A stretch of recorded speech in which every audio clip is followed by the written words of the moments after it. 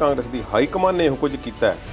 ਕੋਈ ਮਾੜਾ ਜਿਹਾ ਖਿਲਾਫ ਬੋਲਦਾ ਸੀ ਤੇ ਉਸ ਨੂੰ ਬਾਹਰ ਦੀ ਛੁੱਟੀ ਜਿਹੜੀ ਹੈ ਕਰ ਦਿੱਤੀ ਜਾਂਦੀ ਸੀ। ਸੁਖਜਿੰਦਰ ਰੰਧਾਵਾ, ਤ੍ਰਿਪਤ ਰਜਿੰਦਰ ਸਿੰਘ ਬਾਜਵਾ, ਕੁਛ ਕਿਸੇ ਹੱਦ ਤੱਕ ਥੋੜੇ ਬਹੁਤੇ ਹੋਰ ਵੀ ਮਾੜਾ ਮੋਟਾ ਨਾਰਾਜ਼ ਹੋ ਜਾਂਦੇ ਸੀ, ਫਿਰ ਚਾਹ ਦੇ ਕੱਪ ਤੇ ਮੰਨ ਜਾਂਦੇ ਸੀ ਤੇ ਚਰਨਜੀਤ ਸਿੰਘ ਚੰਨੀ ਵੀ ਉਹਨਾਂ ਦੇ ਵਿੱਚ ਸ਼ਾਮਲ ਸਨ। ਕਿਸੇ ਹੱਦ ਤੱਕ ਸੁਖਜਿੰਦਰ ਰੰਧਾਵਾ ਜਾਂ ਤ੍ਰਿਪਤ ਰਜਿੰਦਰ ਬਾਜਵਾ ਬਾਅਦ ਵਿੱਚ ਬੋਲਣ ਲੱਗੇ, ਪਹਿਲਾਂ ਕਿਸੇ ਦੀ ਜ਼ਰੂਰਤ ਨਹੀਂ ਸੀ ਪਈ ਕਿ ਕੈਪਟਨ ਨੂੰ ਇਹ ਗੱਲ ਆਖੇ ਕਿ ਤੁਸੀਂ ਅੰਦਰ ਖਾਤੇ ਰਲੇ ਹੋਏ ਹੋ।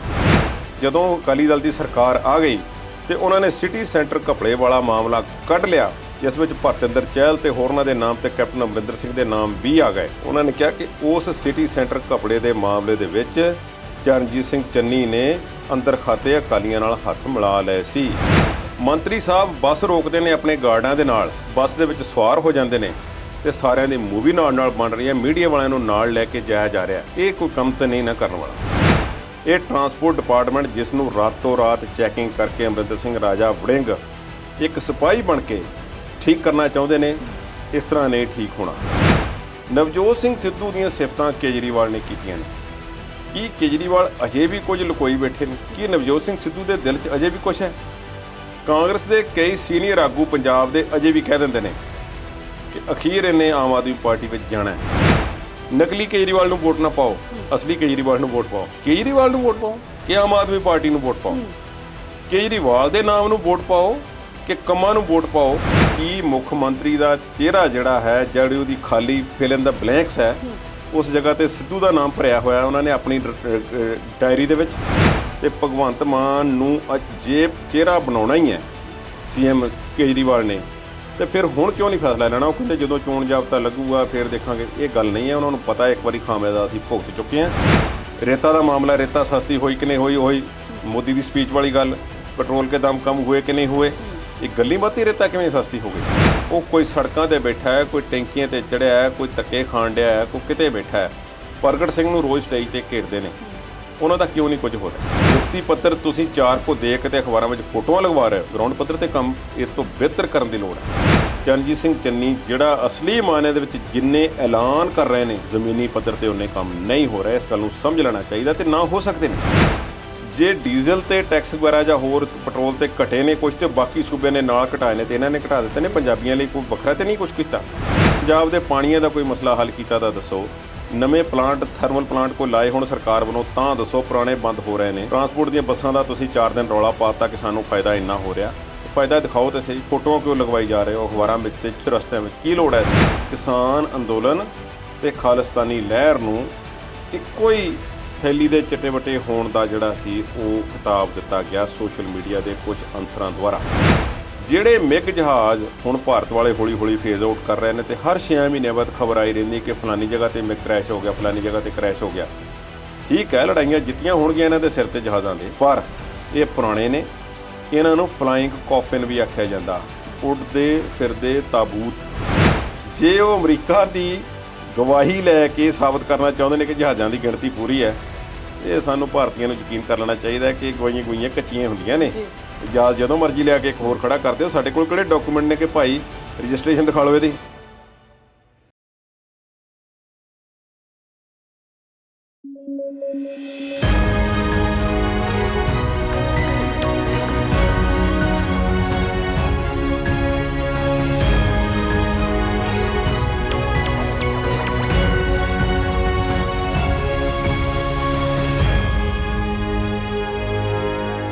ਸਤਿ ਸ਼੍ਰੀ ਅਕਾਲ। ਪੰਜਾਬੀ ਨੈਸ਼ਨਲ ਟੀਵੀ ਦੇਖ ਰਹੇ ਦਰਸ਼ਕਾਂ ਦਾ ਸਵਾਗਤ ਕਰਦੇ ਹਾਂ। ਪੰਜਾਬ ਦੀਆਂ ਚੋਣਾਂ ਦੇ ਵਿੱਚ ਹੁਣ ਕੁਝ ਮਹੀਨੇ ਨਹੀਂ, ਸਿਰਫ ਕੁਝ ਦਿਨਾਂ ਦਾ ਫਾਸਲਾ ਹੈ ਤੇ ਇਸ ਵੇਲੇ ਐਲਾਨ ਕਰਨ ਦਾ ਜਿਹੜਾ ਦੌਰ ਹੈ ਉਹ ਪੰਜਾਬ ਦੇ ਵਿੱਚ ਚੱਲ ਰਿਹਾ ਆ।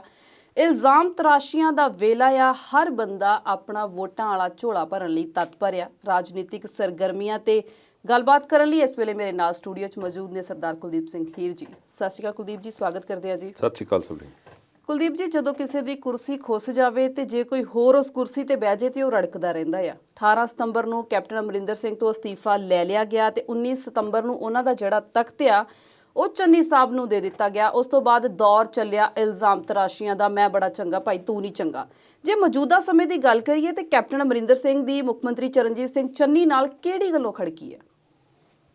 ਕੈਪਟਨ ਅਮਰਿੰਦਰ ਸਿੰਘ ਦੀ ਤੁਸੀਂ ਗੱਲ ਕੀਤੀ ਹੈ ਤਾਂ ਤਖਤ ਤੁਸੀਂ ਆਖਿਆ, ਤਖਤ ਨਹੀਂ, ਹਾਲ ਦੀ ਘੜੀ ਤੇ ਕੰਡਿਆਂ ਦਾ ਤਾਜ ਲੱਗਦਾ ਹੈ। ਚਰਨਜੀਤ ਸਿੰਘ ਚੰਨੀ ਨੂੰ ਗੁੱਡ ਬॉय ਕਹਿ ਕੇ ਉਹ ਪੁਕਾਰਦੇ ਸੀ ਜੀ, ਮੁੱਖ ਮੰਤਰੀ ਬਣਨ ਤੋਂ ਬਾਅਦ ਵੀ। ਬਿਲਕੁਲ ਬਿਲਕੁਲ। ਤੇ ਅੱਖ 'ਚ ਕੌਣ ਰੜਕਦਾ ਸੀ? ਨਵਜੋਤ ਸਿੰਘ ਸਿੱਧੂ। ਅੱਜ ਵੀ ਰੜਕਦਾ ਉਹੀ ਸਭ ਤੋਂ ਵੱਧ ਹੈ। ਕਾਰਨ ਦੇਖਣਾ ਹੈ ਨਾ ਕਿ ਪਿੱਛੇ ਕੌਣ ਬਣਿਆ ਕੁਰਸੀ ਤੋਂ ਲਾਹੁਣ ਦਾ। ਜੀ, ਉਹ ਕਾਰਨ ਨਵਜੋਤ ਸਿੰਘ ਸਿੱਧੂ ਹੈ। ਬਾਗੀ ਸੁਰਾਂ ਕਿਹੜੀ ਸਰਕਾਰ ਦੇ ਖਿਲਾਫ ਨਹੀਂ ਉੱਠਦੀਆਂ ਰਹੀਆਂ ਸਮੇਂ-ਸਮੇਂ ਤੇ। ਜੀ, ਜੇ ਉਹ ਸਰਕਾਰ ਇੰਨੀ ਮਜ਼ਬੂਤ ਹੋਵੇ, ਉਹਨਾਂ ਕੋਲ ਇੰਨੀ ਐਬਸੋਲੂਟ ਮੈਜੋਰਿਟੀ ਹੋਵੇ ਜਾਂ ਇੰਨੀ ਤਾਕਤ ਹੋਵੇ ਤੇ ਜੇਬ ਦੇ ਵਿੱਚ ਸਾਰਾ ਕੁਝ ਹੋਵੇ, ਜੀ, ਤੇ ਉਹ ਕਿਸੇ ਨੂੰ ਮੰਨਦੇ ਨੇ ਭਲਾ? ਖਿਲਾਫ ਬੋਲਣ ਵਾਲਾ ਅਜੇ ਮੂੰਹ 'ਚ ਉਹਦੇ ਲਫ਼ਜ਼ ਹੁੰਦੇ ਨੇ ਜੀ, ਤੇ ਕਾਰਨ ਦੱਸੋ ਨੋਟਿਸ ਜਿਹੜਾ ਪਹਿਲਾਂ ਆ ਜਾਂਦਾ, ਅਗਲੇ ਦਿਨ ਬਾਹਰ ਮੇਲ ਬਾਕਸ ਦੇ ਵਿੱਚ ਪਿਆ ਹੁੰਦਾ ਜੀ, ਕਿਆ ਚੁੱਕੋ ਜਵਾਬ ਦਿਓ। ਅਜੇ ਜਵਾਬ ਜਾਂਦਾ ਨਹੀਂ ਤੇ 2-4 ਦਿਨਾਂ ਦੇ ਵਿੱਚ 6 ਸਾਲਾਂ ਲਈ ਬਰਖਾਸਤ, 8 ਸਾਲਾਂ ਲਈ ਪਾਰਟੀ 'ਚੋਂ ਬਰਖਾਸਤ ਕੱਢ ਦਿੱਤਾ ਜਾਂਦਾ, ਸੁੱਟ ਦਿੱਤਾ ਜਾਂਦਾ ਬਾਹਰ। ਭਾਜਪਾ ਦੇ 1-2 ਮੈਂਬਰਾਂ ਨਾਲ ਅਜਿਹਾ ਹੋਇਆ ਜਿਹੜੇ ਕਿਸਾਨ ਅੰਦੋਲਨ ਦੇ ਹੱਕ ਵਿੱਚ ਬੋਲਦੇ ਸਨ। ਜੀ, ਕਿਉਂ?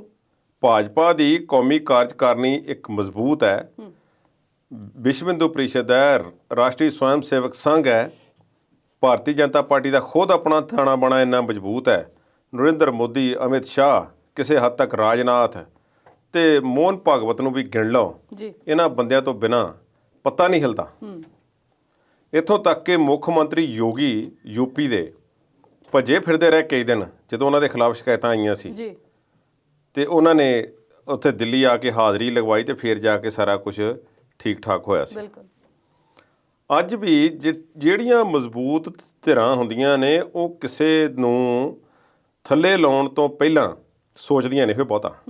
ਕਾਂਗਰਸ ਵੀ ਇੱਦਾਂ ਹੀ ਕਰਦੀ ਰਹੀ ਹੈ। ਕਾਂਗਰਸ ਦੀ ਹਾਈ ਕਮਾਨ ਨੇ ਇਹੋ ਕੁਝ ਕੀਤਾ। ਕੋਈ ਮਾੜਾ ਜਿਹਾ ਖਿਲਾਫ ਬੋਲਦਾ ਸੀ ਤੇ ਉਸ ਨੂੰ ਬਾਹਰ ਦੀ ਛੁੱਟੀ ਜਿਹੜੀ ਹੈ ਕਰ ਦਿੱਤੀ ਜਾਂਦੀ ਸੀ। ਹੁਣ ਉਹ ਸਮਾਂ ਨਹੀਂ ਰਿਹਾ।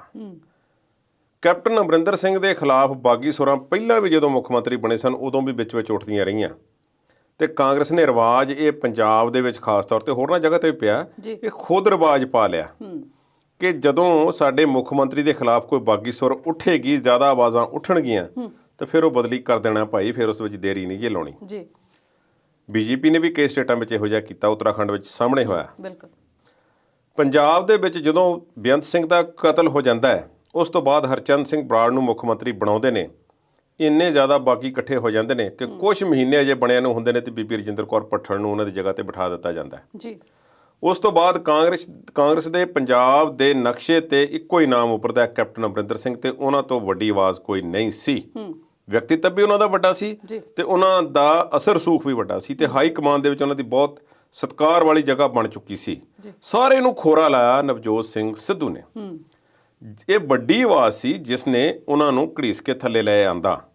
ਪਰ ਕੁਝ ਛੋਟੀਆਂ ਆਵਾਜ਼ਾਂ ਵੀ ਸਨ ਜਿਨ੍ਹਾਂ ਵਿੱਚੋਂ ਇੱਕ ਆਵਾਜ਼ ਸੁਖਜਿੰਦਰ ਰੰਧਾਵਾ, ਤ੍ਰਿਪਤ ਰਜਿੰਦਰ ਸਿੰਘ ਬਾਜਵਾ, ਕੁਝ ਕਿਸੇ ਹੱਦ ਤੱਕ ਥੋੜ੍ਹੇ ਬਹੁਤੇ ਹੋਰ ਵੀ ਮਾੜਾ ਮੋਟਾ ਨਾਰਾਜ਼ ਹੋ ਜਾਂਦੇ ਸੀ, ਫਿਰ ਚਾਹ ਦੇ ਕੱਪ ਤੇ ਮੰਨ ਜਾਂਦੇ ਸੀ। ਬਿਲਕੁਲ।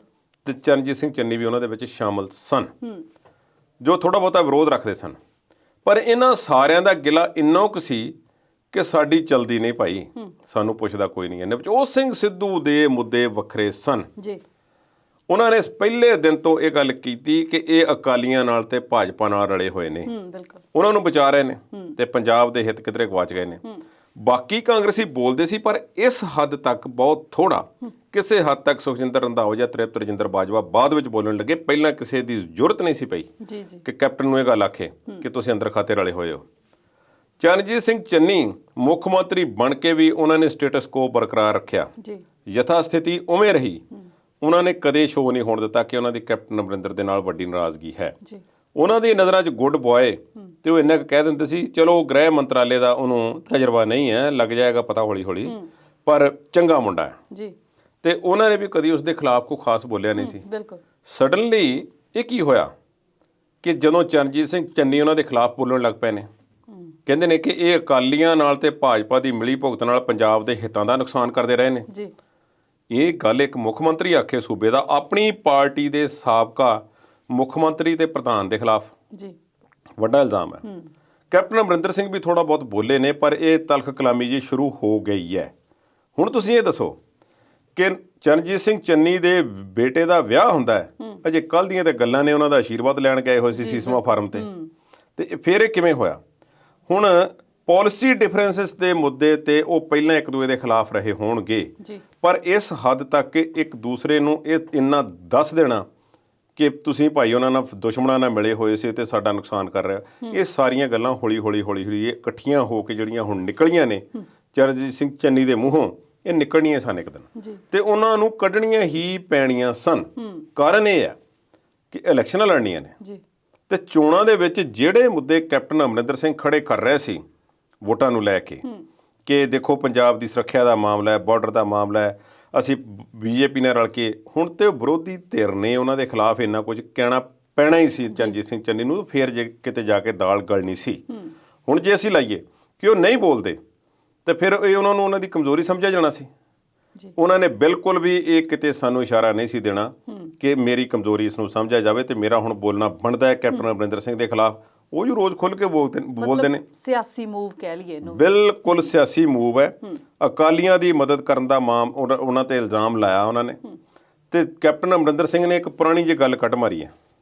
ਉਹ ਕਹਿੰਦੇ ਜਦੋਂ ਸਿਟੀ ਸੈਂਟਰ ਘਪਲੇ ਦੇ ਵਿੱਚ 2000 ਉਸ ਤੋਂ ਪਹਿਲਾਂ ਜਦੋਂ ਸਰਕਾਰ ਸੀ ਸਾਡੀ, ਤੇ ਅਸੀਂ ਅਕਾਲੀਆਂ ਨੂੰ ਪ੍ਰਕਾਸ਼ ਸਿੰਘ ਬਾਦਲ ਤੇ ਸੁਖਬੀਰ ਸਿੰਘ ਬਾਦਲ ਨੂੰ ਜੇਲ੍ਹ ਵਿੱਚ ਪਾ ਦਿੱਤਾ ਸੀ ਭ੍ਰਿਸ਼ਟਾਚਾਰ ਦੇ ਦੋਸ਼ਾਂ ਦੇ ਤਹਿਤ, ਭਾਵੇਂ ਜ਼ਮਾਨਤ ਹੋ ਗਈ ਸੀ ਪਰ ਕੇਸ ਭੁਗਤਣ ਆਉਂਦੇ ਰਹੇ ਨੇ। 2002 ਦੀ ਗੱਲ ਹੈ। ਫਿਰ ਉਸ ਤੋਂ ਬਾਅਦ ਉਹ ਕਹਿੰਦੇ ਨੇ ਕਿ ਜਦੋਂ ਅਕਾਲੀ ਦਲ ਦੀ ਸਰਕਾਰ ਆ ਗਈ ਤੇ ਉਹਨਾਂ ਨੇ ਸਿਟੀ ਸੈਂਟਰ ਘਪਲੇ ਵਾਲਾ ਮਾਮਲਾ ਕੱਢ ਲਿਆ, ਜਿਸ ਵਿੱਚ ਭਰਤਿੰਦਰ ਚਹਿਲ ਤੇ ਹੋਰਨਾਂ ਦੇ ਨਾਮ ਤੇ ਕੈਪਟਨ ਅਮਰਿੰਦਰ ਸਿੰਘ ਦੇ ਨਾਮ ਵੀ ਆ ਗਏ ਜੀ। ਉਹਨਾਂ ਨੇ ਕਿਹਾ ਕਿ ਉਸ ਸਿਟੀ ਸੈਂਟਰ ਘਪਲੇ ਦੇ ਮਾਮਲੇ ਦੇ ਵਿੱਚ ਚਰਨਜੀਤ ਸਿੰਘ ਚੰਨੀ ਨੇ ਅੰਦਰ ਖਾਤੇ ਅਕਾਲੀਆਂ ਨਾਲ ਹੱਥ ਮਿਲਾ ਲਏ ਸੀ, ਕਿਉਂਕਿ ਸਿਟੀ ਸੈਂਟਰ ਘਪਲੇ ਦੇ ਮਾਮਲੇ ਦੇ ਵਿੱਚ ਉੱਥੇ ਉਹਨਾਂ ਦੇ ਭਰਾ ਦਾ ਨਾਮ ਵੀ ਆ ਰਿਹਾ ਸੀ ਤੇ ਉਸ ਨੂੰ ਬਚਾਉਣ ਖਾਤਰ ਚਰਨਜੀਤ ਸਿੰਘ ਚੰਨੀ ਨੇ ਅਕਾਲੀਆਂ ਨਾਲ ਭਿਆਲੀ ਪਾ ਲਈ ਸੀ।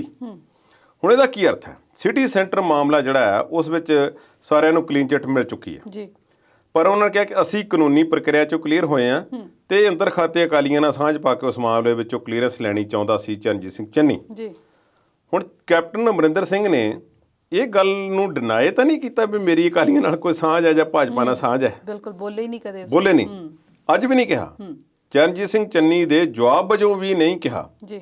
ਇੱਥੋਂ ਤੱਕ ਕਿ ਇਹ ਸਾਬਤ ਕਰ ਦਿੱਤਾ ਕਿ ਜੇ ਮੇਰੇ ਲਿੰਕ ਨੇ ਅਕਾਲੀਆਂ ਨਾਲ, ਤੇਰੇ ਵੀ ਲਿੰਕ ਨੇ। ਸੋ ਇਹੋ ਹੀ ਉਹਨਾਂ ਨੇ ਸਾਬਤ ਕੀਤਾ। ਚਰਨਜੀਤ ਸਿੰਘ ਚੰਨੀ ਹੁਣ ਹੋਰ ਖੁੱਲ੍ਹ ਕੇ ਬੋਲਣਗੇ ਜੇ ਕੈਪਟਨ ਅਮਰਿੰਦਰ ਸਿੰਘ ਬੋਲਣਗੇ ਤਾਂ। ਚਰਨਜੀਤ ਸਿੰਘ ਚੰਨੀ ਨੂੰ ਇਹ ਬੋਲਣਾ ਪੈਣਾ ਜੇ ਉਹਨਾਂ ਨੇ ਆਪਣੀ ਸਾਖ ਨੂੰ ਮਜ਼ਬੂਤ ਤੇ ਉਹਨਾਂ ਨੇ ਆਉਂਦੀਆਂ ਇਲੈਕਸ਼ਨਾਂ ਵਿੱਚ ਸੀਐਮ ਦਾ ਚਿਹਰਾ ਬਣ ਕੇ ਰਹਿਣਾ ਤਾਂ। ਜੇ ਉਹਨਾਂ ਨੇ ਨਹੀਂ ਰਹਿਣਾ, ਪਹਿਲਾਂ ਵਾਲੀ ਸਥਿਤੀ ਵਿੱਚ ਕਿਸੇ ਇੱਕ ਮੰਤਰੀ ਦੇ ਅਹੁਦੇ ਦਾ ਸੁੱਖ ਭੋਗਣਾ, ਜਿਹੜਾ ਕਿ ਮੈਨੂੰ ਹੁਣ ਲੱਗਦਾ ਨਹੀਂ ਕਦੇ ਉਹ ਐਕਸੈਪਟ ਕਰਨਗੇ, ਭਾਵੇਂ ਉਹਨਾਂ ਨੂੰ ਕਿਸੇ ਹੋਰ ਹਾਲਾਤਾਂ ਦੇ ਵਿੱਚ ਮੁੱਖ ਮੰਤਰੀ ਦਾ ਅਹੁਦਾ ਮਿਲ ਗਿਆ ਸੀ ਜੋ ਉਹਨਾਂ ਨੇ ਸ਼ਾਇਦ ਕਦੇ ਸੋਚਿਆ ਵੀ ਨਹੀਂ ਹੋਵੇਗਾ। ਤੇ ਜਿੰਨੀਆਂ ਫੋਟੋਆਂ ਚੁਰਾਇਆਂ ਤੇ ਚੁਰਸਤਿਆਂ ਤੇ ਰਸਤਿਆਂ ਤੇ ਕੱਚਿਆਂ ਤੇ ਪੱਕਿਆਂ ਤੇ, ਜਿੰਨਿਆਂ ਮੋੜਾਂ ਤੇ ਅਖਬਾਰਾਂ ਤੇ ਜਿੰਨੀਆਂ ਕੈਪਟਨ ਅਮਰਿੰਦਰ ਸਿੰਘ ਦੀਆਂ ਅੱਜ ਤੋਂ 6 ਮਹੀਨੇ ਪਹਿਲਾਂ ਸਨ, ਉਸ ਤੋਂ ਤਿੱਗਣੀਆਂ ਜਾਂ ਚੌਗਣੀਆਂ ਫੋਟੋਆਂ ਜਿਹੜੀਆਂ ਨੇ ਚਰਨਜੀਤ ਸਿੰਘ ਚੰਨੀ ਦੀਆਂ ਹੱਥ ਜੋੜੇ ਵਾਲੀਆਂ ਲੱਗ ਗਈਆਂ ਨੇ। ਜੀ ਜੀ ਬਿਲਕੁਲ, ਇੰਨਾ ਫਰਕ ਪੈ ਗਿਆ। ਕੰਮ ਹੋ ਰਹੇ ਨੇ ਕਿ ਨਹੀਂ ਹੋ ਰਹੇ ਇਹਦੇ ਬਾਰੇ ਫੇਰ ਗੱਲ ਕਰਾਂਗੇ, ਪਰ ਹਾਲ ਦੀ ਘੜੀ ਚਰਨਜੀਤ ਸਿੰਘ ਚੰਨੀ ਨੂੰ ਬੋਲਣਾ ਪੈ ਰਿਹਾ ਤੇ ਕੈਪਟਨ ਅਮਰਿੰਦਰ ਸਿੰਘ ਨੇ ਨਾਲ ਦੀ ਨਾਲ ਉਹਨਾਂ ਨੂੰ ਜਵਾਬ ਵੀ ਦੇ ਦਿੱਤਾ ਕਿ ਸਾਂਝ ਸਾਡੀ ਦੋਨਾਂ ਦੀ ਹੈ ਜੀ। ਜੇ ਚੰਨੀ ਕੈਬਨਿਟ ਦਾ ਜਦੋਂ ਦਾ ਵਿਸਥਾਰ ਹੋਇਆ, ਉਹਨਾਂ ਦਾ ਇੱਕ ਮੰਤਰੀ ਹੈ ਟਰਾਂਸਪੋਰਟ ਮੰਤਰੀ ਅਮਰਿੰਦਰ ਸਿੰਘ ਰਾਜਾ ਵੜਿੰਗ, ਉਹ ਬੜੇ ਐਕਸ਼ਨ ਮੋਡ 'ਚ ਨਜ਼ਰ ਆ ਰਹੇ ਨੇ। ਕਾਫੀ ਸਾਰੀਆਂ ਬੱਸਾਂ ਉਹਨਾਂ ਨੇ ਰੋਕ ਦਿੱਤੀਆਂ ਨੇ ਤੇ ਪਰ ਹੁਣ ਇਹ ਕਾਰਵਾਈਆਂ ਉਹਨਾਂ ਤੇ ਪੁੱਠੀਆਂ ਪੈਂਦੀਆਂ ਨਜ਼ਰ ਆ ਰਹੀਆਂ ਨੇ।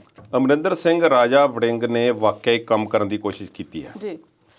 ਨਿਊ ਦੀਪ ਬੱਸ ਕੰਪਨੀ ਵੱਲੋਂ ਇੱਕ ਪਟੀਸ਼ਨ ਪਾਈ ਗਈ ਸੀ ਹਾਈ ਕੋਰਟ ਦੇ ਵਿੱਚ, ਜਿਸ ਮਾਮਲੇ ਦੇ ਵਿੱਚ ਉਹਨਾਂ ਨੂੰ ਉਹਨਾਂ ਦੇ ਪਰਮਿਟ ਰੱਦ ਕੀਤੇ ਗਏ ਸੀ ਤੇ ਪਟੀਸ਼ਨ ਦੇ ਮਾਮਲੇ 'ਚ ਹਾਈ ਕੋਰਟ ਨੇ ਉੱਥੇ ਵੀ ਪੰਜਾਬ ਸਰਕਾਰ ਨੂੰ ਕਿਹਾ ਕਿ ਤੁਸੀਂ ਇਹ ਪਰਮਿਟ ਜਿਸ ਤਰ੍ਹਾਂ ਰੱਦ ਨਹੀਂ ਕਰ ਸਕਦੇ। ਤਾਜ਼ਾ ਮਾਮਲਾ ਅੱਜ ਦਾ ਜਿਹੜਾ ਹੈ ਇਹ ਔਰਬਿਟ ਬੱਸ ਕੰਪਨੀ ਦਾ ਹੈ। ਹੁਣ ਬੱਚੇ ਨੂੰ ਪਤਾ ਹੈ ਕਿ ਔਰਬਿਟ ਬੱਸ ਕੰਪਨੀ ਕਿਹਦੀ ਹੈ। ਔਰਬਿਟ ਬੱਸ ਬਠਿੰਡੇ ਤੋਂ ਤੇ ਰਾਜਧਾਨੀ ਜਿਹੜਾ ਬੱਸ ਸਰਵਿਸ ਹੈ ਉਹ ਹੁਸ਼ਿਆਰਪੁਰ ਤੋਂ।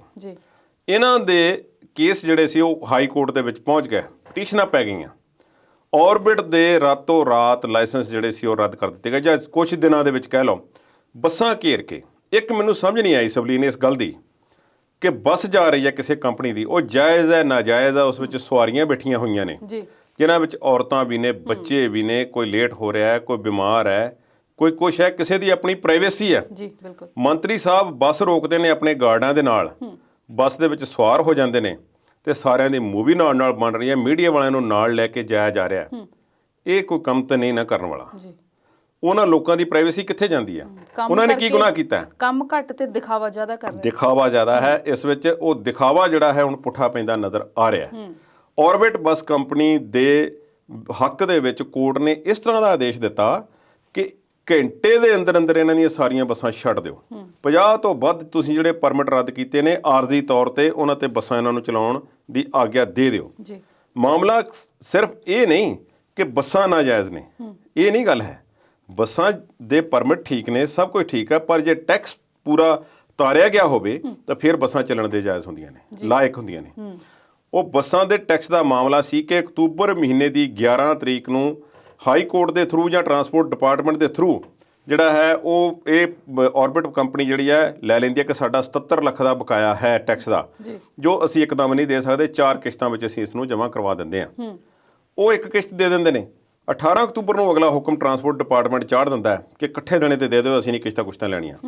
ਕੋਰਟ ਨੇ ਇਸੇ ਮਾਮਲੇ ਨੂੰ ਗਲਤ ਆਖਿਆ ਕਿ ਤੁਸੀਂ ਕੁਝ ਦਿਨ ਦੀ ਮੁਹਲਤ ਦਿੱਤੀ ਹੈ ਤੇ ਦਿਓ ਮੁਹਲਤ, ਹੁਣ ਤੁਸੀਂ ਇਕੱਠਾ ਕਿਵੇਂ ਮੰਗ ਰਹੇ ਹੋ? ਖੈਰ, ਇਹ ਅਕਾਲੀ ਦਲ ਲਈ ਮੈਂ ਸਮਝਦਾ ਕਿ ਜਿੱਤ ਹੈ ਉਹਨਾਂ ਦੀ ਇੱਕ ਕਿਸਮ ਦੀ। ਇਹ ਟਰਾਂਸਪੋਰਟ ਡਿਪਾਰਟਮੈਂਟ ਜਿਸ ਨੂੰ ਰਾਤੋਂ ਰਾਤ ਚੈਕਿੰਗ ਕਰਕੇ ਅਮਰਿੰਦਰ ਸਿੰਘ ਰਾਜਾ ਵੜਿੰਗ ਇੱਕ ਸਿਪਾਹੀ ਬਣ ਕੇ ਠੀਕ ਕਰਨਾ ਚਾਹੁੰਦੇ ਨੇ, ਇਸ ਤਰ੍ਹਾਂ ਨਹੀਂ ਠੀਕ ਹੋਣਾ। ਇਸ ਬਾਰੇ ਹੁਣ ਟਰਾਂਸਪੋਰਟ ਕਮਿਸ਼ਨਰ ਦਾ ਵੀ ਉਹਨਾਂ ਦੀ ਵੀ ਬਦਲੀ ਵਗੈਰਾ ਮੇਰੇ ਖਿਆਲ ਖਬਰਾਂ ਆ ਰਹੀਆਂ ਨੇ ਕਿ ਹੋ ਰਹੀ ਹੈ ਜੀ। ਹੋਰ ਵੀ ਅਧਿਕਾਰੀ ਬਦਲੇ ਜਾਣਗੇ। ਇਹ ਖੇਡ ਲੰਬੀ ਚੱਲੇਗੀ, ਜੰਗ ਲੰਬੀ ਚੱਲਣੀ ਹੈ ਜੇ ਪੰਜਾਬ ਦੇ ਹਿੱਤਾਂ ਨੂੰ ਬਚਾਉਣਾ ਹੈ। ਇਸ ਤਰ੍ਹਾਂ ਜਿਹੜੇ ਪਰਮਿਟ ਜਾਰੀ ਹੋ ਗਏ ਨੇ, ਹੁਣ ਰੂਟਾਂ ਦਾ ਰੌਲਾ ਪੈ ਰਿਹਾ। ਕਈ ਸ਼ਹਿਰਾਂ ਦੇ ਵਿੱਚ ਜਿਹੜੇ ਨਵੇਂ ਟਾਈਮ ਟੇਬਲ ਬਣੇ ਨੇ ਉਹਨਾਂ ਦੇ ਵਿੱਚ ਔਰਬਿਟ ਬੱਸ ਕੰਪਨੀ ਨੂੰ ਜਗ੍ਹਾ ਹੀ ਨਹੀਂ ਦਿੱਤੀ ਗਈ। ਜੇ ਉਹਨਾਂ ਕੋਲ ਪਰਮਿਟ ਨੇ ਤਾਂ ਫਿਰ ਜਗ੍ਹਾ ਕਿਉਂ ਨਹੀਂ ਦਿੱਤੀ ਗਈ? ਇਹ ਮਾਮਲਾ ਵੀ ਕੋਰਟ ਵਿੱਚ ਜਾਵੇਗਾ। ਇਹ ਖਲਾਰਾ ਪੈ ਗਿਆ, ਟਾਰਗੇਟ ਕੀਤਾ ਜਾ ਰਿਹਾ ਇਸ ਵੇਲੇ ਪ੍ਰਸਿੱਧੀ ਲੈਣ ਲਈ। ਜੇ 4 ਸਾਲ ਤੋਂ ਕੋਈ ਪ੍ਰੋਪਰ ਨੀਤੀ ਬਣਾ ਕੇ ਇਸ ਬਾਰੇ ਕੁਝ ਕੀਤਾ ਗਿਆ ਹੁੰਦਾ ਤੇ ਅੱਜ ਇਹ ਹਾਲਾਤ ਨਾ ਹੁੰਦੇ। ਪਰ ਹੁਣ ਇਸ ਮਾਮਲੇ ਤੇ ਜਿਹੜਾ ਅਦਾਲਤ ਨੇ ਕਹਿਤਾ ਕਿ 1 ਘੰਟੇ 'ਚ ਬੱਸਾਂ ਛੱਡ ਦਿਓ, ਕਿੰਨੀ ਕੁ ਚੰਗੀ ਗੱਲ ਹੈ। ਤੇ ਨਵੇਂ ਸਾਡੇ ਐਡਵੋਕੇਟ ਜਨਰਲ ਜਿਹੜੇ ਸੀ ਸਰਕਾਰੀ ਪੱਖ ਰੱਖਦੇ ਹੀ ਰਹਿ ਗਏ ਉੱਥੇ, ਅਦਾਲਤ ਨੇ ਸੁਣੀ ਨਹੀਂ ਉਹਨਾਂ ਦੀ ਤੇ ਕੇਸ ਬਾਹਰ ਮਾਰਿਆ ਉਹਨਾਂ ਨੇ ਵਗਾ ਕੇ ਕਿ ਲੈ ਜਾਓ ਆਪਣੇ ਕਾਗਜ਼ ਤੇ ਬੱਸਾਂ ਛੱਡ ਦਿਓ, ਗਾਂ ਦੀ ਅੱਗੇ ਫਿਰ ਦੇਖਾਂਗੇ। ਖੈਰ, ਬਾਦਲਾਂ ਲਈ ਇਹ ਚੰਗੀ ਖਬਰ ਹੈ ਕਿ 30 ਨਵੰਬਰ ਤੱਕ ਟੈਕਸ ਉਹਨਾਂ ਦਾ ਧਰਿਆ। ਸਵਾਰੀਆਂ ਨੂੰ ਵੀ ਇਹ ਖੁਸ਼ਖਬਰੀ ਹੈ ਕਿ ਬੇਫਿਕਰ ਹੋ ਕੇ ਬੈਠੋ ਬੱਸਾਂ 'ਚ। ਜੀ, ਪੰਜਾਬ ਦੀ ਸਿਆਸੀ ਕਿਤਾਬ ਦੇ ਕੁਝ ਪੰਨੇ ਹੋਰ ਵੀ ਫੋਲਦੇ ਆ, ਪਰ ਇਸ ਵੇਲੇ ਵੇਲਾ ਹੋ ਗਿਆ ਇੱਕ ਛੋਟੀ ਜਿਹੀ ਬ੍ਰੇਕ ਦਾ। ਜਲਦ ਹਾਜ਼ਰ ਹੁੰਨੇ ਆ।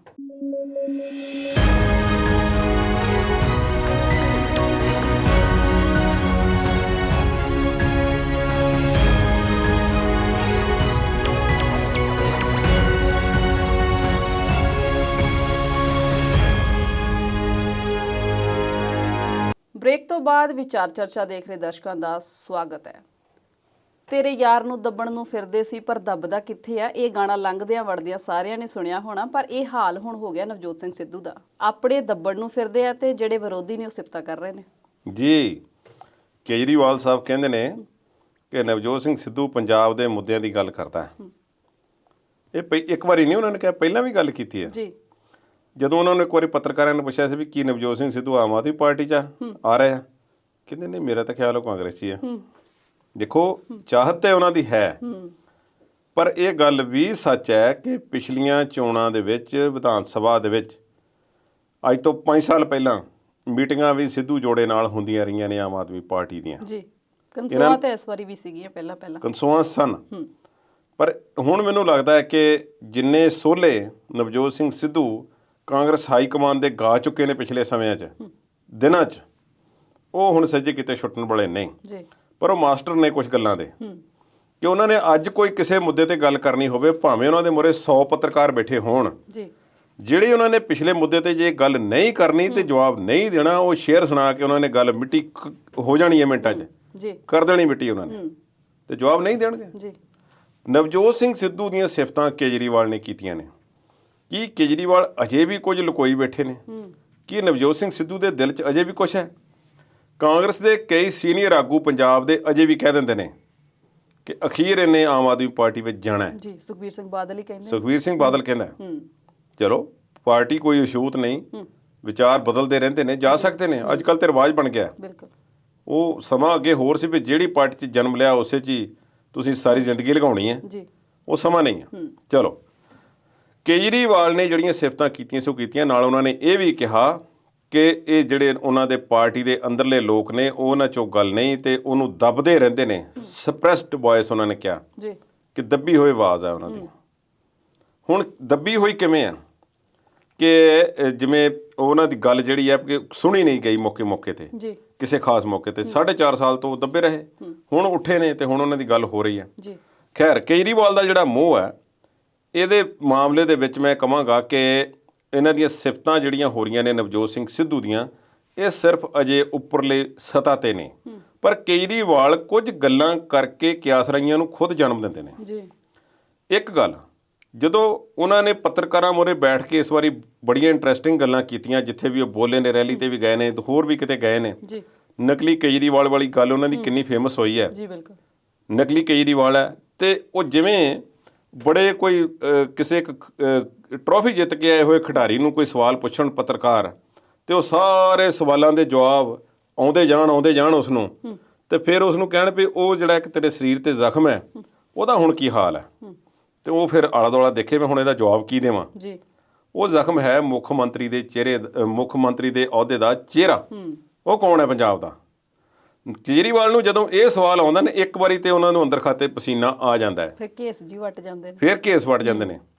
ਪਰ ਉਸ ਵੇਲੇ ਇੰਨਾ ਕੁ ਖਿਆਲ ਜ਼ਰੂਰ ਰੱਖਦੇ ਨੇ ਕਿ ਉਹਨਾਂ ਦੇ ਸੱਜੇ ਜਾਂ ਖੱਬੇ ਭਗਵੰਤ ਮਾਨ ਜ਼ਰੂਰ ਬੈਠੇ ਹੁੰਦੇ ਨੇ, ਉਧਰ ਨੂੰ ਵੇਖਦੇ ਨਹੀਂ। ਜੀ ਤੇ ਭਗਵੰਤ ਮਾਨ ਵੀ ਪੂਰੀ ਕੋਸ਼ਿਸ਼ ਕਰਦੇ ਨੇ ਕਿ ਚਿਹਰੇ ਦੇ ਐਕਸਪ੍ਰੈਸ਼ਨ ਜਿਹੜੇ ਨੇ ਮੈਂ ਨਾ ਬਦਲੀ ਕਰਾਂ। ਬਿਲਕੁਲ ਹੁਣ ਇੰਨੀ ਕੁ ਗੱਲ ਕਰ ਦੇਣੀ ਕਿ ਸਿੱਖ ਸਮਾਜ ਦੇ ਵਿੱਚੋਂ ਜਿਹੜਾ ਹੈ ਉਹ ਚਿਹਰਾ ਹੋਵੇਗਾ। ਹੁਣ ਨਕਲੀ ਕੇਜਰੀਵਾਲ ਵਾਲੀ ਗੱਲ ਕੀਤੀ ਸਟੇਜ ਤੋਂ, ਤੇ ਅੱਜ ਪੰਜਾਬ ਦੇ ਵਿੱਚ ਸਾਰੇ ਸੋਸ਼ਲ ਮੀਡੀਆ ਤੇ ਪੋਸਟਰ ਘੁੰਮ ਰਹੇ ਨੇ ਨਕਲੀ ਕੇਜਰੀਵਾਲ ਦੇ। ਜੀ ਉਸ ਦੇ ਥੱਲੇ ਲਿਖਿਆ ਹੈ ਨਕਲੀ ਕੇਜਰੀਵਾਲ ਨੂੰ ਵੋਟ ਨਾ ਪਾਓ, ਅਸਲੀ ਕੇਜਰੀਵਾਲ ਨੂੰ ਵੋਟ ਪਾਓ। ਜੀ ਕੇਜਰੀਵਾਲ ਨੂੰ ਵੋਟ ਪਾਓ ਕਿ ਆਮ ਆਦਮੀ ਪਾਰਟੀ ਨੂੰ ਵੋਟ ਪਾਓ?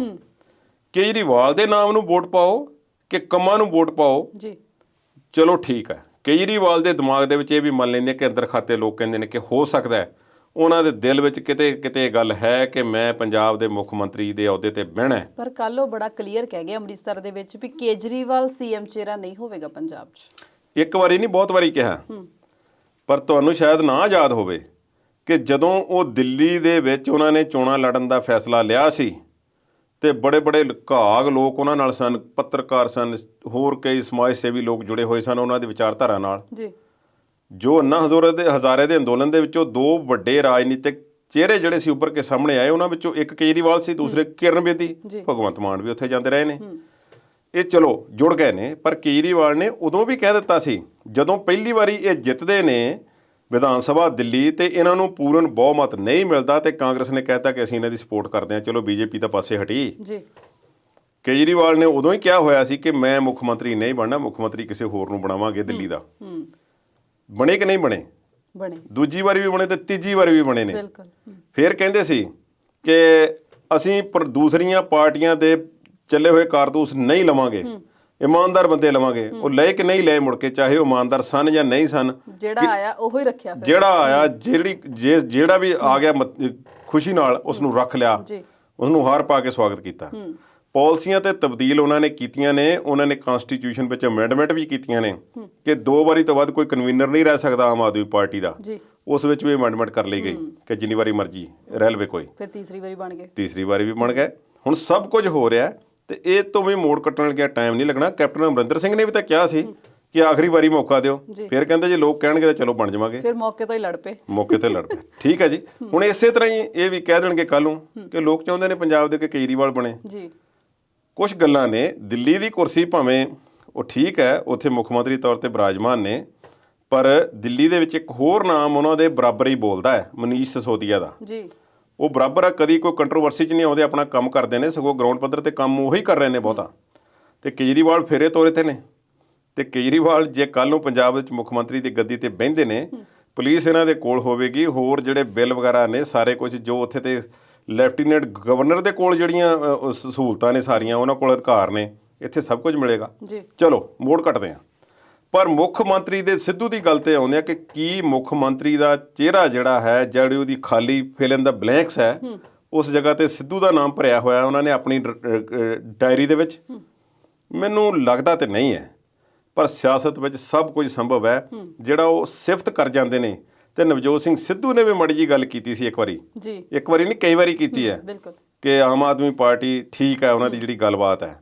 ਤੇ ਇਹ ਸਾਰੀਆਂ ਇੱਕ ਦੂਸਰੇ ਦੇ ਖਿਲਾਫ ਨਾ ਬੋਲਣ ਦੀਆਂ ਗੱਲਾਂ ਖੁੱਲ੍ਹ ਕੇ ਨਾ ਬੋਲਣ ਦੀਆਂ, ਓਪਰਾ ਓਪਰਾ ਤੇ ਸਾਰੇ ਹੀ ਬੋਲਦੇ ਨੇ। ਜੀ ਜੀ ਤੇ ਭਗਵੰਤ ਮਾਨ ਨੂੰ ਜੇ ਚਿਹਰਾ ਬਣਾਉਣਾ ਹੀ ਹੈ CM ਕੇਜਰੀਵਾਲ ਨੇ, ਤੇ ਫਿਰ ਹੁਣ ਕਿਉਂ ਨਹੀਂ ਫੈਸਲਾ ਲੈਣਾ? ਉਹ ਕਹਿੰਦੇ ਜਦੋਂ ਚੋਣ ਜਾਬਤਾ ਲੱਗੂਗਾ ਫਿਰ ਦੇਖਾਂਗੇ। ਇਹ ਗੱਲ ਨਹੀਂ ਹੈ, ਉਹਨਾਂ ਨੂੰ ਪਤਾ ਇੱਕ ਵਾਰੀ ਖਾਮਿਆਜ਼ਾ ਅਸੀਂ ਭੁਗਤ ਚੁੱਕੇ ਹਾਂ, ਜੇ ਦੂਸਰੀ ਵਾਰੀ ਭੁਗਤਣ ਤੋਂ ਬਚਣਾ ਹੈ ਤੇ ਸਾਨੂੰ ਕੁਝ ਨਾ ਕੁਝ ਕਰਨਾ ਪਏਗਾ। ਜੀ ਤਰੀਕਾਂ ਪੈਂਦੀਆਂ ਤੇ ਕੁਲਦੀਪ ਜੀ ਬੜੀ ਵਾਰੀ ਸੁਣੀਆਂ, ਪਰ ਪੰਜਾਬ ਦੇ ਵਿੱਚ ਹੁਣ ਐਲਾਨ ਕਰਨ ਦਾ ਦੌਰ ਹੈ। CM ਚੰਨੀ ਜਿਹੜੇ ਨੇ ਉਹ ਵੀ ਬਹੁਤ ਵੱਡੇ ਐਲਾਨ ਕਰ ਰਹੇ ਨੇ।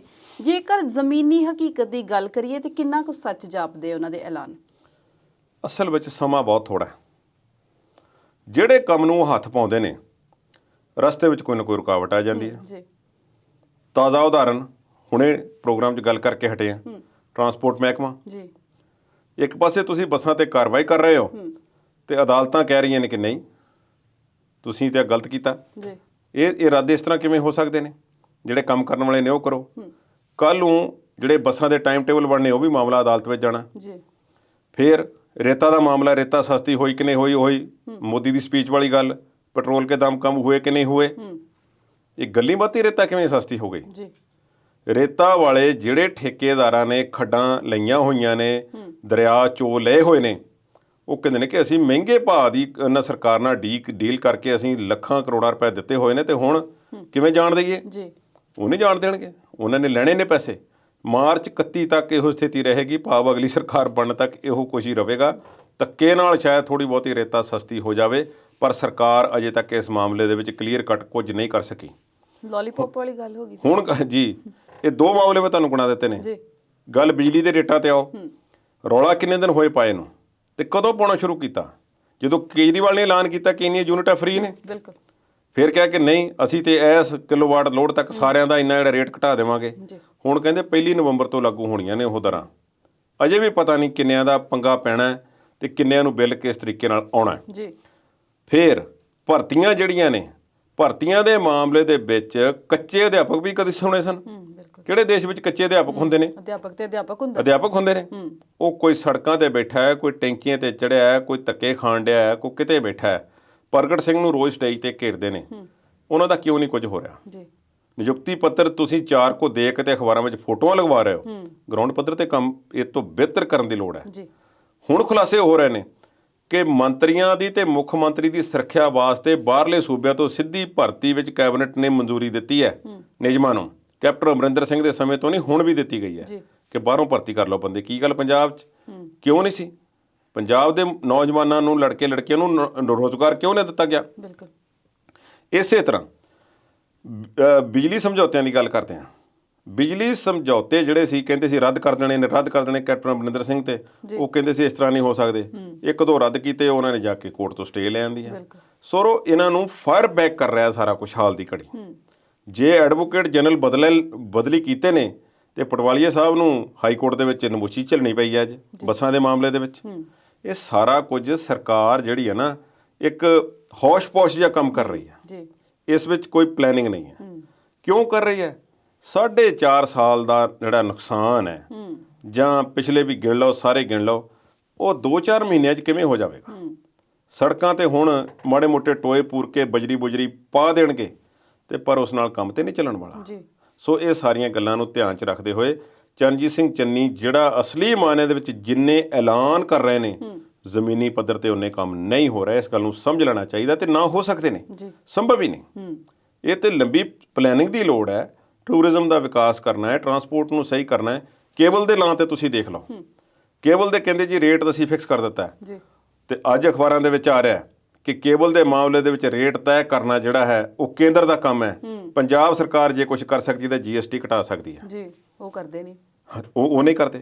ਜੇ ਡੀਜ਼ਲ ਤੇ ਟੈਕਸ ਵਗੈਰਾ ਜਾਂ ਹੋਰ ਪੈਟਰੋਲ ਤੇ ਘਟੇ ਨੇ ਕੁਝ, ਤੇ ਬਾਕੀ ਸੂਬਿਆਂ ਨੇ ਨਾਲ ਘਟਾਏ ਨੇ, ਤੇ ਇਹਨਾਂ ਨੇ ਘਟਾ ਦਿੱਤੇ ਨੇ। ਪੰਜਾਬੀਆਂ ਲਈ ਕੋਈ ਵੱਖਰਾ ਤੇ ਨਹੀਂ ਕੁਝ ਕੀਤਾ। ਬਿਲਕੁਲ। ਦੇਖੋ ਸਾਡਾ ਉੱਤਰੀ ਸੂਬਿਆਂ ਵਿੱਚ ਸਭ ਤੋਂ ਸਸਤਾ, ਇਹ ਕੋਈ ਕੁਆਲੀਫਿਕੇਸ਼ਨ ਤੇ ਨਹੀਂ ਹੈ। ਖੇਤੀ ਪ੍ਰਧਾਨ ਸੂਬਾ ਹੈ ਤੇ ਡੀਜ਼ਲ ਦੀ ਖਪਤ ਖੇਤੀ ਲਈ ਸਭ ਤੋਂ ਵੱਧ ਹੁੰਦੀ ਹੈ। ਤੁਸੀਂ ਸਸਤਾ ਤੇ ਹੋਰ ਜ਼ਿਆਦਾ ਕਰੋ। ਮੰਡੀਆਂ ਦੇ ਵਿੱਚ ਜਿਹੜੀ FCI ਨੇ ਇਹਨਾਂ ਨੂੰ ਜਿਵੇਂ ਔਖਿਆਂ ਕੀਤਾ ਹੈ ਪਿਛਲੇ 1-2 ਖਰੀਦਾਂ ਦੇ ਵਿੱਚ, ਉਸ ਕੰਮ 'ਚ ਮੈਂ ਕਹਿ ਸਕਦਾ ਕਿ ਮਾਰਕਫੈਡ ਜਾਂ ਪਨਗ੍ਰੇਨ ਜਾਂ ਪਨਸੀਡ, ਇਹਨਾਂ ਨੇ ਪਨਸੀਡ ਨੇ, ਪਨਗ੍ਰੇਨ ਵਗੈਰਾ ਨੇ, ਜਾਂ ਜਿਹੜੀਆਂ ਪੰਜਾਬ ਸਰਕਾਰ ਦੀਆਂ ਏਜੰਸੀਆਂ ਨੇ, ਇਹਨਾਂ ਨੇ ਕੁਝ ਕਿਸੇ ਹੱਦ ਤੱਕ ਕੰਮ ਸਹੀ ਕੀਤਾ। ਇਹਨਾਂ ਦੀਆਂ ਅੱਖਾਂ ਖੁੱਲੀਆਂ ਨੇ। ਤਾਣਾ ਬਾਣਾ ਬਹੁਤ ਖਰਾਬ ਹੈ ਸਵਲੀਨ, ਇਸ ਨੂੰ ਠੀਕ ਕੀਤਾ ਨਹੀਂ ਜਾ ਸਕਦਾ ਇੰਨੀ ਛੇਤੀ। ਇੰਨੇ ਸਾਲ ਵਿਗਾੜਨ ਨੂੰ ਲੱਗੇ ਹੋਣ ਤੇ ਰਾਤੋਂ ਰਾਤ ਨਹੀਂ ਹੋ ਸਕਣਾ। ਹਾਂ, ਸ਼ੁਰੂਆਤ ਜੇ ਕਰ ਲੈਣ, ਪਰ ਰੌਲਾ ਵਧੇਰੇ ਪਾਇਆ ਜਾ ਰਿਹਾ, ਜ਼ਮੀਨ ਤੇ ਇੰਨੇ ਕੰਮ ਨਹੀਂ ਹੋ ਰਿਹਾ। ਮੈਨੂੰ ਲੱਗਦਾ ਇਹਨੂੰ ਐਲਾਨ ਨਾ ਕਹੀਏ ਤੇ ਅਗਲੇ ਸਾਲ ਵੋਟਾਂ ਬਟੋਰਨ ਵਾਲਾ ਪੈਂਤੜਾ ਜ਼ਿਆਦਾ ਕਹੀਏ ਤਾਂ ਠੀਕ ਰਹੇਗਾ। ਬਿਲਕੁਲ ਇਸੇ ਤਰ੍ਹਾਂ ਹੀ ਹੈ, ਐਲਾਨ ਨਹੀਂ ਕਹਿ ਸਕਦੇ। ਐਲਾਨ ਤੇ ਤੁਸੀਂ ਦੇਖੋ ਕਿ ਅਸੀਂ ਜੀ ਪੰਜਾਬ ਦੇ ਵਿੱਚ ਕੈਬਨਿਟ ਦੇ ਵਿੱਚ ਜਿਹੜੇ ਖੇਤੀ ਕਾਨੂੰਨ ਸੀ ਉਹਨਾਂ ਨੂੰ ਰੱਦ ਕਰਨ ਦਾ ਪ੍ਰਸਤਾਵ ਪਾਸ ਕਰ ਦਿੱਤਾ ਹੈ। 2 ਵਾਰ ਕਰਤਾ। ਉਹਦਾ ਕੀ ਮਤਲਬ ਹੋਇਆ? ਜੀ, ਉਹਨਾਂ ਨੇ ਹੁਣ ਉੱਥੋਂ ਹੀ ਕਰ ਦਿੱਤੇ ਨੇ, ਇਹ ਤੇ ਵੈਸੇ ਜ਼ੀਰੋ ਹੋ ਗਏ ਨੇ। ਪੰਜਾਬ ਦੇ ਪਾਣੀਆਂ ਦਾ ਕੋਈ ਮਸਲਾ ਹੱਲ ਕੀਤਾ ਤਾਂ ਦੱਸੋ। ਨਵੇਂ ਪਲਾਂਟ, ਥਰਮਲ ਪਲਾਂਟ ਕੋਈ ਲਾਏ ਹੁਣ ਸਰਕਾਰ ਵੱਲੋਂ ਤਾਂ ਦੱਸੋ, ਪੁਰਾਣੇ ਬੰਦ ਹੋ ਰਹੇ ਨੇ। ਟਰਾਂਸਪੋਰਟ ਦੀਆਂ ਬੱਸਾਂ ਦਾ ਤੁਸੀਂ 4 ਦਿਨ ਰੌਲਾ ਪਾਤਾ ਕਿ ਸਾਨੂੰ ਫਾਇਦਾ ਇੰਨਾ ਹੋ ਰਿਹਾ। ਉਹ ਫਾਇਦਾ ਦਿਖਾਓ ਤੇ ਸਹੀ, ਫੋਟੋਆਂ ਕਿਉਂ ਲਗਵਾਈ ਜਾ ਰਹੇ ਹੋ ਅਖਬਾਰਾਂ ਵਿੱਚ ਤੇ ਰਸਤਿਆਂ ਵਿੱਚ? ਕੀ ਲੋੜ ਹੈ ਇਸ ਦੀ? ਕੰਮ ਕਰਨਾ ਪਏਗਾ, ਪਰ ਇੰਨੀ ਛੇਤੀ ਨਹੀਂ ਕੁਝ ਵੀ ਹੋਣਾ। ਜੀ, ਗੱਲਬਾਤ ਦਾ ਦੌਰ ਇਸੇ ਤਰ੍ਹਾਂ ਜਾਰੀ ਰੱਖਾਂਗੇ, ਪਰ ਇਸ ਵੇਲੇ ਵੇਲਾ ਹੋ ਗਿਆ ਇੱਕ ਛੋਟੀ ਜਿਹੀ ਬ੍ਰੇਕ ਦਾ। ਜਲਦ ਹਾਜ਼ਰ ਹੁੰਨੇ ਆ।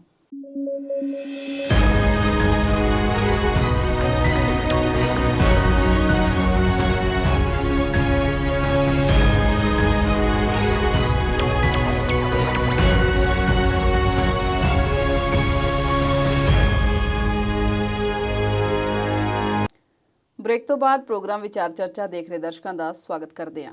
ਕੁਲਦੀਪ ਜੀ, ਜੇ ਪੰਜਾਬ ਦੀ ਰਾਜਨੀਤੀ ਤੋਂ ਬਾਹਰ ਨਿਕਲੀਏ ਤੇ ਸਿੱਖਾਂ ਖਿਲਾਫ ਇੱਕ ਮੁਹਿੰਮ ਦਾ ਪਰਦਾਫਾਸ਼ ਹੋਇਆ। ਤਫਸੀਲ 'ਚ ਜਾਣਨਾ ਚਾਹਾਂਗੇ ਜੀ, ਕੀ ਹੈ ਪੂਰਾ ਮਾਮਲਾ? ਮੈਂ ਇਹ ਦੱਸਣਾ ਚਾਹਾਂਗਾ ਕਿ ਇਹ ਜਿਹੜੀ ਅਸੀਂ ਜਾਣਕਾਰੀ ਦੇ ਰਹੇ ਹਾਂ BBC ਦੇ ਹਵਾਲੇ ਨਾਲ ਦਿੱਤੀ ਜਾ ਰਹੀ ਹੈ ਜੀ। ਉਹਨਾਂ ਨੇ ਕਿਹਾ ਹੈ ਕਿ ਥਿੰਕ ਟੈਂਕ ਕਿਵੇਂ ਕੰਮ ਕਰਦੇ ਨੇ ਤੇ ਸੋਸ਼ਲ ਮੀਡੀਆ ਤੇ ਕਈ ਲੋਕਾਂ ਦੇ IT ਸੈੱਲ ਜਿਹੜੇ ਨੇ ਉਹ ਕਿਵੇਂ ਕੰਮ ਕਰਦੇ ਨੇ ਜੀ। ਇਸ ਦੀ ਉਦਾਹਰਨ ਜਿਹੜੀ ਹੈ ਪਿਛਲੇ ਦਿਨਾਂ ਵਿੱਚ ਵੇਖਣ ਨੂੰ ਮਿਲੀ ਹੈ। ਜਦੋਂ ਤੋਂ ਕਿਸਾਨ ਅੰਦੋਲਨ ਪ੍ਰਚੰਡ ਹੋਇਆ, ਪ੍ਰੋ ਸਿੱਖ ਹੋਣ ਦੇ ਤੇ ਐਂਟੀ ਸਿੱਖ ਹੋਣ ਦੇ ਕੁਝ ਅਜਿਹੇ ਗਰੁੱਪਾਂ ਨੂੰ ਆਇਡੈਂਟੀਫਾਈ ਕੀਤਾ ਗਿਆ ਜਿਸ ਦੇ ਤਹਿਤ ਇਸ ਸਭ ਕੁਝ ਨੂੰ ਰਲਗੱਡ ਕਰਨ ਦਾ ਯਤਨ ਕੀਤਾ ਗਿਆ। ਭਾਵ ਕਿਸਾਨ ਅੰਦੋਲਨ ਤੇ ਖਾਲਿਸਤਾਨੀ ਲਹਿਰ ਨੂੰ ਇੱਕੋ ਹੀ ਥੈਲੀ ਦੇ ਚਟੇ-ਵਟੇ ਹੋਣ ਦਾ ਜਿਹੜਾ ਸੀ ਉਹ ਖਿਤਾਬ ਦਿੱਤਾ ਗਿਆ ਸੋਸ਼ਲ ਮੀਡੀਆ ਦੇ ਕੁਝ ਅਨਸਰਾਂ ਦੁਆਰਾ। ਜੀ। ਪਰ ਇੱਕ ਗੱਲ ਚੇਤੇ ਰੱਖਣ ਵਾਲੀ ਹੈ, ਇੱਥੇ ਰਿਪੋਰਟ ਦੇ ਵਿੱਚ ਕਿਤੇ ਵੀ ਇਹ ਨਹੀਂ ਆਖਿਆ ਗਿਆ ਕਿ ਇਸ ਵਿੱਚ ਸਰਕਾਰ ਦਾ ਕੋਈ ਸਬੂਤ ਨਹੀਂ ਹੈ ਇਸ ਗੱਲ ਦਾ ਕਿ ਸਰਕਾਰ ਦਾ ਕੋਈ ਹੱਥ ਹੈ। ਜੀ। ਪਰ ਇਹ ਐਗਜ਼ਿਸਟ ਕਰਦੇ ਸਨ, ਨਕਲੀ ਖਾਤੇ ਅੱਜ ਵੀ ਕਰਦੇ ਨੇ। ਜੋ ਸੋਸ਼ਲ ਮੀਡੀਆ ਤੇ ਤੁਹਾਨੂੰ ਪਰੋਸਿਆ ਜਾ ਰਿਹਾ ਹੈ ਉਹ ਅਨਫਿਲਟਰਡ, ਅਣਪੁਣੀ ਹੋਈ ਜਾਣਕਾਰੀ ਹੈ। ਜੀ। ਉਸ ਦੀ ਜਾਂਚ ਤੱਕ ਜਾਣਾ, ਤਹਿ ਤੱਕ ਜਾਣਾ, ਉਸ ਦੇ ਸੋਰਸ ਦਾ ਪਤਾ ਲਾਉਣਾ, ਇਹ ਤੁਹਾਡੀ ਜ਼ਿੰਮੇਵਾਰੀ ਹੈ। ਜੀ। ਅੱਖਾਂ ਖੁੱਲੀਆਂ ਰੱਖੋ। ਪਰ ਨਹੀਂ ਲੱਗ ਰਿਹਾ। ਕੁਝ ਨਾਮ ਇਹੋ ਜਿਹੇ ਜਿਹੜੇ ਸੀ ਉਹ ਬਣਾਏ ਗਏ ਜੋ ਦੇਖਣ ਨੂੰ ਖਾਤਿਆਂ ਦੇ ਵਿੱਚ ਸਿੱਖ ਨਾਮ ਲੱਗਦੇ ਸਨ। ਫਿਰ ਉਹਨਾਂ ਤੋਂ ਅਜਿਹੀ ਸਮੱਗਰੀ ਪਰੋਸੀ ਗਈ ਜਿਸ ਨਾਲ ਇਸ ਅੰਦੋਲਨ ਨੂੰ ਤੇ ਉਸ ਨੂੰ ਫੋਲੋ ਕਰ ਰਹੇ ਲੋਕਾਂ ਨੂੰ ਇੱਕ ਖਾਸ ਸੋਚ ਦੇ ਅਧੀਨ ਬੰਨ੍ਹ ਕੇ ਕਿਸੇ ਹੋਰ ਪਾਸੇ ਲਿਜਾਣ ਦਾ ਯਤਨ ਕੀਤਾ ਗਿਆ ਹੋਵੇ। ਇੱਕ ਲੜਕੀ ਦੇ ਨਾਮ ਤੋਂ, ਸਿੱਖ ਨਾਮ ਲੜਕੀ ਵਾਲਾ ਨਾਮ ਹੈ, ਉਸ ਦੇ ਖਾਤੇ ਤੋਂ ਇੱਕ ਫੋਟੋ ਜਿਹੜੀ ਹੈ ਲਾਈ ਜਾਂਦੀ ਹੈ ਜਿਸ ਵਿੱਚ ਕੈਨੇਡਾ ਵਿੱਚ NDP ਪਾਰਟੀ ਦੇ ਆਗੂ ਜਗਮੀਤ ਸਿੰਘ, ਧਨਮਨਜੀਤ ਸਿੰਘ ਢੇਸੀ UK ਤੋਂ ਤੇ ਹੋਰ ਦੁਨੀਆ ਦੇ ਕਈ ਸਿੱਖ ਆਗੂ ਜਿਹੜੇ ਨੇ ਉਹਨਾਂ ਦੀ ਫੋਟੋ ਲਾ ਕੇ ਉਸ ਨੂੰ ਵਧੀਆ ਪੋਸਟਰ ਬਣਾ ਕੇ ਵੈਲਕਮ ਟੂ ਖਾਲਿਸਤਾਨ ਲਿਖਿਆ ਜਾਂਦਾ ਹੈ। ਉਸ ਦੇ ਪਿੱਛੇ ਕੌਣ ਹੈ? ਹੁਣ ਫੇਸਬੁੱਕ ਤੇ ਮੈਟਾ ਤੇ ਕੁਝ ਦੇਰ ਪਹਿਲਾਂ ਭਾਰਤ ਦੇ ਵਿੱਚ ਗੱਲ ਹੋ ਚੁੱਕੀ ਹੈ ਕਿ ਉਹ ਇਹੋ ਜਿਹੀ ਜਾਣਕਾਰੀ ਨੂੰ ਆਪਣੇ ਆਪ ਤੋਂ ਜਿਹੜਾ ਸੀ ਉਹ ਰੱਖ ਨਹੀਂ ਸਕੇ ਕਿ ਉਹਨਾਂ ਨੂੰ ਉਹ ਜਿਵੇਂ ਪਤਾ ਉਹਨਾਂ ਨੂੰ ਸੀ ਜਾਂ ਨਹੀਂ ਸੀ, ਜਾਂ ਇੰਨਾ ਸਟਾਫ ਜਾਂ ਇੰਨੀ ਨਿਗਰਾਨੀ ਜਾਂ ਇੰਨੀ ਬਾਰੀਕੀ ਨਾਲ ਜਾਂਚ ਨਹੀਂ ਕੀਤੀ ਗਈ ਜਿਸ ਨਾਲ ਇਹ ਸਾਰੀਆਂ ਚੀਜ਼ਾਂ ਲੋਕਾਂ ਦੇ ਸਾਹਮਣੇ ਉੱਭਰ ਕੇ ਆਉਣ ਤੋਂ ਬਚ ਜਾਂਦੀਆਂ। ਜੀ। ਇਹ ਲੋਕ ਜਿਹੜੇ ਸੀ ਇਹ ਆਪਣਾ ਕੰਮ ਕਰਦੇ ਰਹੇ, ਇਹਨਾਂ ਨੇ ਕੀਤਾ ਤੇ ਇਹਨਾਂ ਨੇ ਆਪਣੇ ਲੋਕਾਂ ਦੀ ਜਿਹੜੀ ਭਾਵਨਾਵਾਂ ਹਨ ਉਹਨਾਂ ਤੇ ਅਸਰ ਪਾਇਆ। ਜੀ।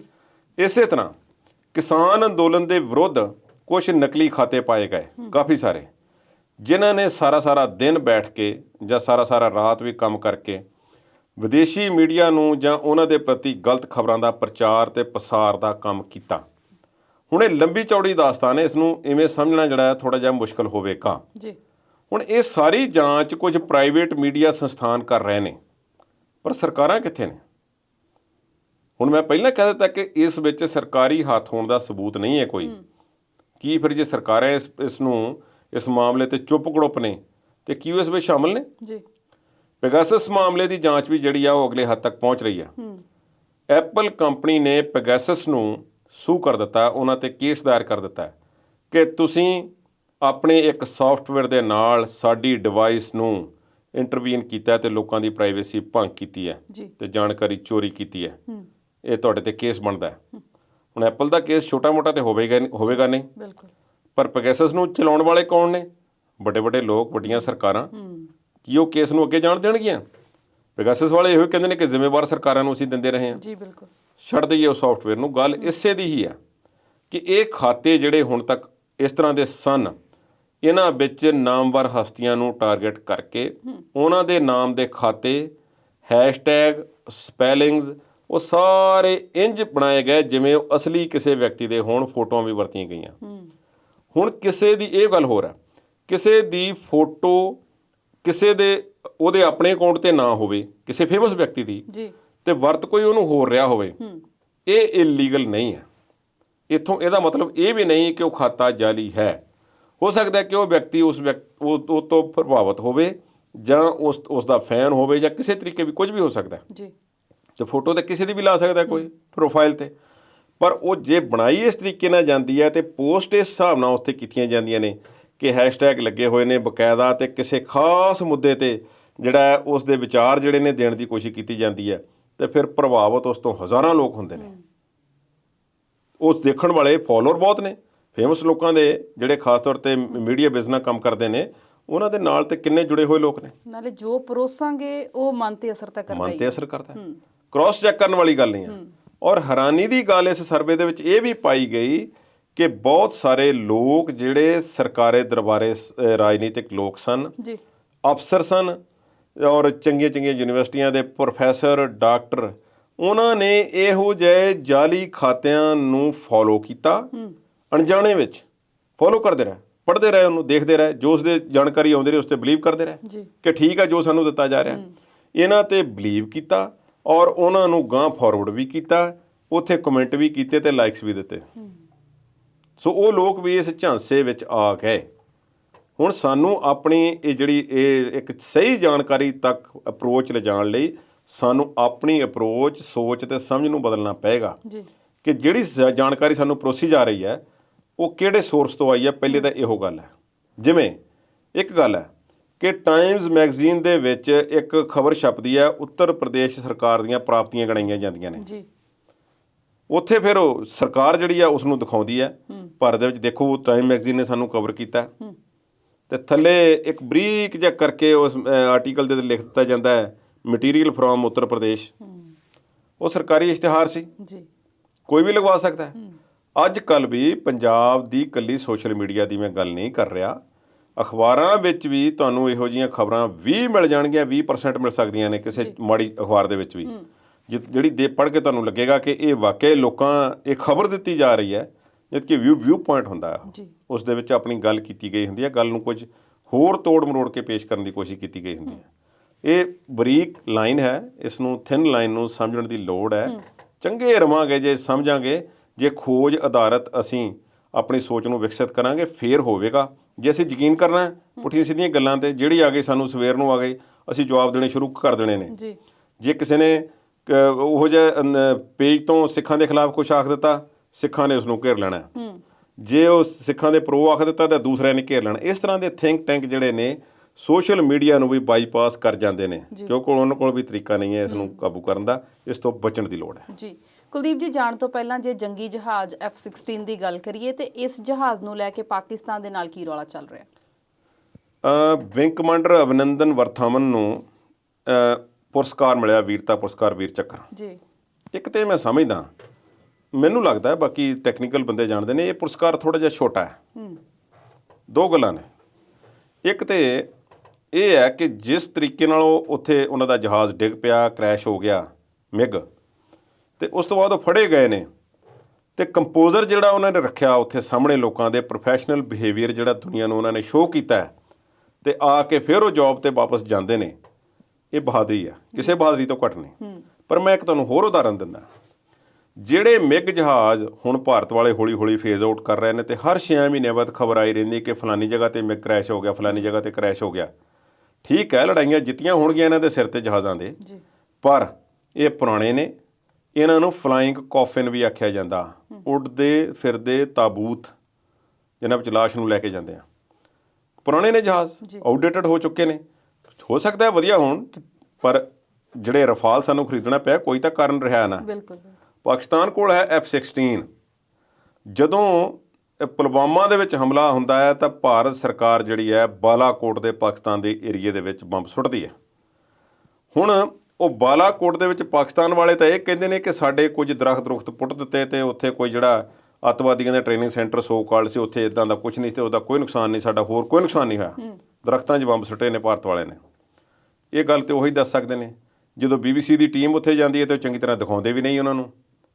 ਉਹ ਸਾਰੇ ਫਿਕਸ ਦਿਖਾਲਦੇ ਨੇ ਚੀਜ਼ਾਂ। ਉਹ ਲੋਕਾਂ ਨਾਲ 2-4 ਜਿਹੜੇ ਹੋਏ ਹੁੰਦੇ ਨੇ ਉਹਨਾਂ ਨਾਲ ਗੱਲ ਕਰਾਉਂਦੇ ਨੇ। ਕੋਈ ਬੋਲਦਾ ਨਹੀਂ, ਕੋਈ ਗੱਲ ਆਖਦਾ ਕੋਈ ਨਹੀਂ। ਸਾਰਾ ਕੁਝ ਲੁਕੋਇਆ ਜਾ ਰਿਹਾ।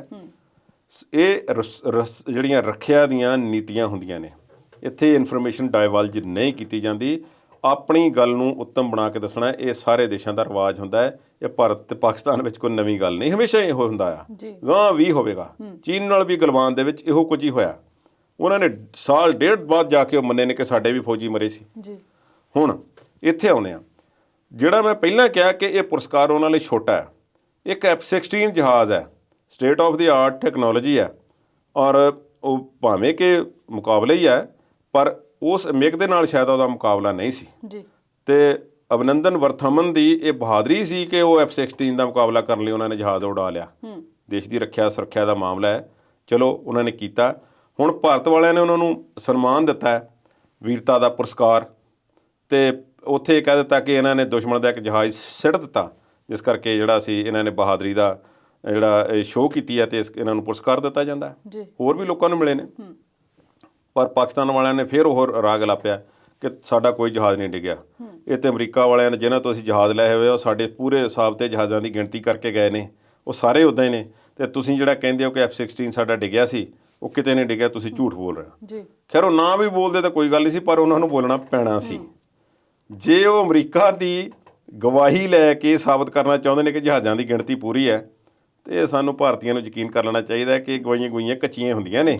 ਜਹਾਜ਼ ਜਦੋਂ ਮਰਜ਼ੀ ਲਿਆ ਕੇ ਇੱਕ ਹੋਰ ਖੜਾ ਕਰ ਦਿਓ। ਸਾਡੇ ਕੋਲ ਕਿਹੜੇ ਡਾਕੂਮੈਂਟ ਨੇ ਕਿ ਭਾਈ ਰਜਿਸਟ੍ਰੇਸ਼ਨ ਦਿਖਾ ਲਓ ਇਹਦੀ, ਬਾਕੀ ਕਿੱਥੇ ਨੇ? ਇਹ ਕੋਈ ਟਰੱਕ ਜਾਂ ਬੱਸ ਥੋੜ੍ਹੀ ਹੈ। ਵੱਡੀਆਂ ਗੱਲਾਂ ਨੇ। ਚਲੋ ਪਾਕਿਸਤਾਨ ਨੇ ਆਪਣਾ ਪੱਖ ਰੱਖਿਆ, ਪਰ ਭਾਰਤ ਨੇ ਉਸ ਸੂਰਬੀਰ ਨੂੰ ਸਨਮਾਨਿਆ, ਇਹ ਚੰਗੀ ਗੱਲ ਹੈ। ਜੀ ਕੁਲਦੀਪ ਜੀ, ਪ੍ਰੋਗਰਾਮ ਦਾ ਸਮਾਂ ਇੱਥੇ ਖਤਮ ਹੁੰਦਾ ਹੈ। ਤੁਸੀਂ ਵੱਖ-ਵੱਖ ਮੁੱਦਿਆਂ ਤੇ ਆਪਣੇ ਵਿਚਾਰ ਸਾਡੇ ਦਰਸ਼ਕਾਂ ਨਾਲ ਸਾਂਝੇ ਕੀਤੇ, ਤੁਹਾਡਾ ਬਹੁਤ-ਬਹੁਤ ਸ਼ੁਕਰੀਆ। ਉਮੀਦ ਹੈ ਕਿ ਸਾਡੇ ਦਰਸ਼ਕਾਂ ਨੂੰ ਸਾਡਾ ਅੱਜ ਦਾ ਪ੍ਰੋਗਰਾਮ ਪਸੰਦ ਆਇਆ ਹੋਵੇਗਾ। ਅਗਲੀ ਵਾਰ ਨਵੇਂ ਮੁੱਦਿਆਂ ਤੇ ਨਵੀਂ ਗੱਲਬਾਤ ਲੈ ਕੇ ਜਲਦ ਹਾਜ਼ਰ ਹੋਵਾਂਗੇ। ਤੁਸੀਂ ਇਸੇ ਤਰ੍ਹਾਂ ਜੁੜੇ ਰਹੋ ਪੰਜਾਬੀ ਨੈਸ਼ਨਲ TV ਦੇ ਨਾਲ। ਉਮੀਦ ਤੁਹਾਡੀ, ਕੋਸ਼ਿਸ਼ ਸਾਡੀ।